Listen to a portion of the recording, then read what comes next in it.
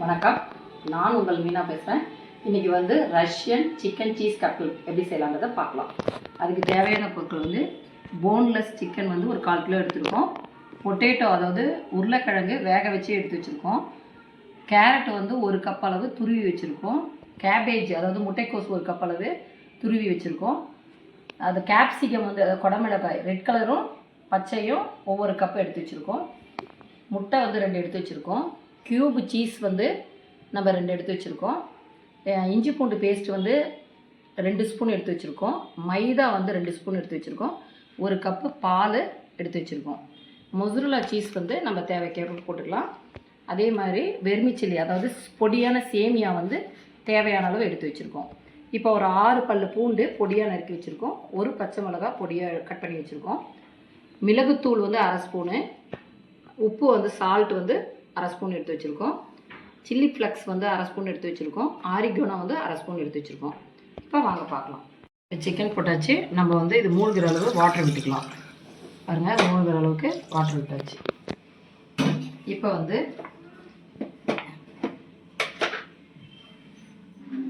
இஞ்சி பூண்டு பேஸ்ட் வந்து 2 ஸ்பூன் அளவு இருக்குது. இதை அப்படியே நம்ம போட்டுக்கலாம்.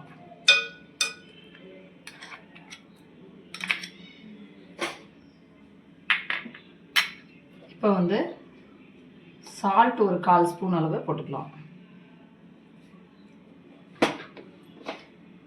அதே போல் மிளகும் ஒரு 1/4 ஸ்பூன் அளவு இதில் போட்டுக்கலாம். இப்போ வந்து சிக்கன் நல்லா பாயில் ஆகட்டும், வேகட்டும்.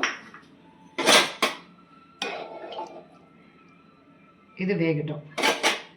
பாருங்கள், இப்போ வந்து நம்ம கடாய் வச்சாச்சு. அது பாட்டுக்கு ஒரு பக்கம் வேகட்டும் சிக்கனு. நம்ம இன்னொரு கடாய் வேறு அடுப்பில் கடாய் வச்சு இப்போ பட்டர் வந்து போட்டுக்கிறோம். 2 ஸ்பூனு பட்டர் மெல்ட் ஆகட்டும். இந்த அடுப்பில் நம்ம காயெல்லாம் இப்போ வதக்கிக்கலாம். பட்டர் மெல்ட் ஆகிடுச்சு. நம்ம பூண்டு போட்டுக்கலாம். அப்படியே பச்சை மிளகாயும் போட்டுக்கலாம். உங்கள் காரத்துக்கு ஏற்ப ஊற்றி குறைச்சி பச்சை மிளகாய் சேர்த்து போட்டுக்கோங்க. நாங்கள் வந்து கம்மியாக சாப்பிட்றதுனால 1 பச்சை மிளகாய் மட்டும் போட்டுக்கிட்டோம்.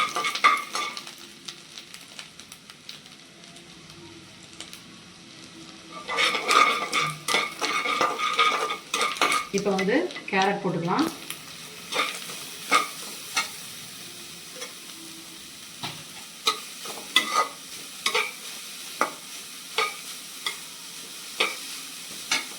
அடுத்ததாக முட்டைக்கோஸ் போட்டுக்கலாம்.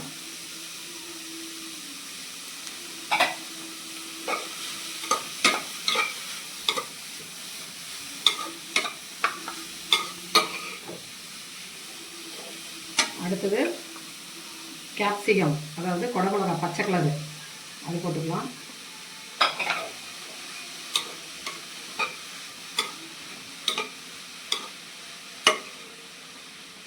இப்போ வந்து கேப்சிகம் ரெட் கலரு சிவப்பு கலரு போட்டுக்கலாம் 1 கப்பு.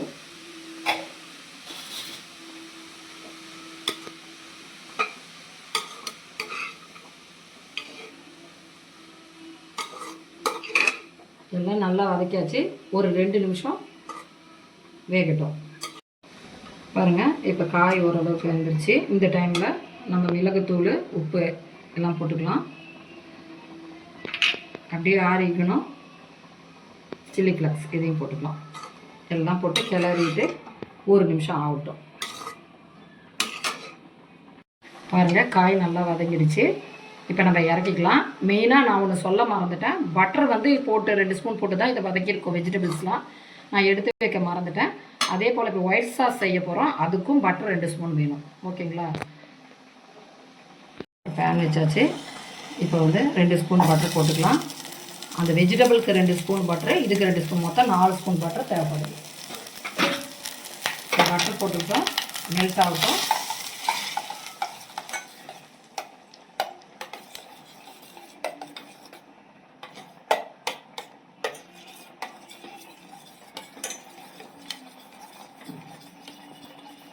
பாருங்கள், மெல்ட் ஆகிடுச்சு. 2 ஸ்பூன் அளவு நம்ம வந்து இது எடுத்து வச்சுருக்கோம் மைதா, அதை அப்படியே போட்டுக்கலாம்.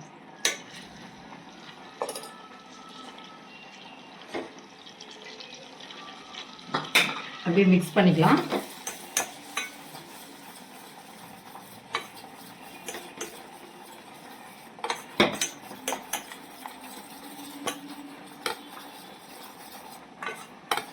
இது வந்து ஒயிட் சாஸு நம்ம தயார் பண்ணுறோம். இப்போ ரெடி பண்ணுறோம் பாருங்கள். இப்போ இந்த மாதிரி நுர வந்துருச்சு, வாசலாம் போயிடுச்சு. இப்போ இந்த டைமில் வந்து நம்ம மில்க் ஊற்றிக்கலாம். ஒரு கப்பு கலக்கிட்டு இப்போ வந்து பெப்பர் வந்து இதில் ஒரு 1/4 ஸ்பூன் அளவு போட்டுக்கலாம்.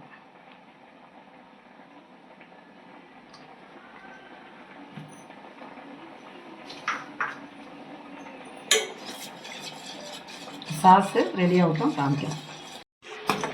பாருங்க, இது ஒயிட் சாஸ் ரெடி பண்ணியாச்சு, ரெடி ஆகிடுச்சு. இப்போ இறக்கிக்கலாம். பாருங்கள், சிக்கன் வெந்துருச்சு. இப்போ கொஞ்சம் ஜூஸியாகவே இருக்கட்டும், இப்படி இறக்கிக்கலாம். போதும். பாருங்கள், காய் எல்லாமே போட்டு வதக்கியாச்சு. இப்போ பொட்டேட்டோவை வந்து நம்ம போட்டுக்கலாம். எல்லாம் மசிச்சு வச்சுருக்கோம். அதே டைமில் சிக்கன் எல்லாம் வெந்துருச்சு, பிச்சு போட்டு வச்சுருக்கோம், அதையும் போட்டுக்கலாம். சிக்கன் போட்டாச்சு. இப்போ சீஸ் போட்டுக்கலாம்.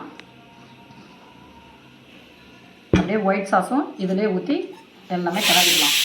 இங்கே பாருங்கள், கொஞ்சோண்டு இந்த வெஜிடபிள் கலவையெல்லாம் போட்டு இதை வந்து நடுவில் மொசரல்லா சீஸ் வந்து சென்டரில் வச்சுட்டு திருப்பியும் வந்து